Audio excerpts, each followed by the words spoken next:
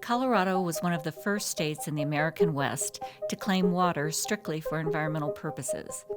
In 2020, nearly 50 years later, the state has completed a major expansion of the law, one that allows even more water in its hallmark rivers and streams to be used for fish, plants, and wildlife.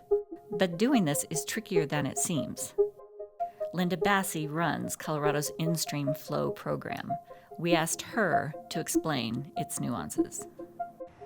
An instream flow is a legal water right to protect water between 2 points on a stream. Standing on the banks of a stream, it's hard to imagine that the water flowing past your feet actually belongs to different entities, all of whom must pay close attention to the different times and places and purposes for which they are permitted to draw water. Before Colorado passed its in-stream flow law in 1973, water rights could not be used to keep water in streams for the environment. But since then, the state has protected hundreds of distressed stream segments. Bassi has helped negotiate dozens of these complicated deals. There are a lot of competing interests for water. I mean, it depends on where you are, but on some streams, if we want to obtain a water right to protect flows, there are a lot of other people and entities that either have water rights already that feel threatened by the state coming in and getting a water right on that stream, or there are other entities that might have plans to develop and are made uneasy by the fact that we are coming in and establishing a water right. The latest expansion of the state's in-stream flow program evolved over a 2-year period, the time it took to resolve numerous concerns, and when done, it involved 3 new elements.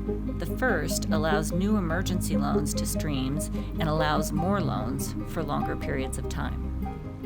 Lawmakers amended the law that pertains to temporary leases of water for in-stream flow.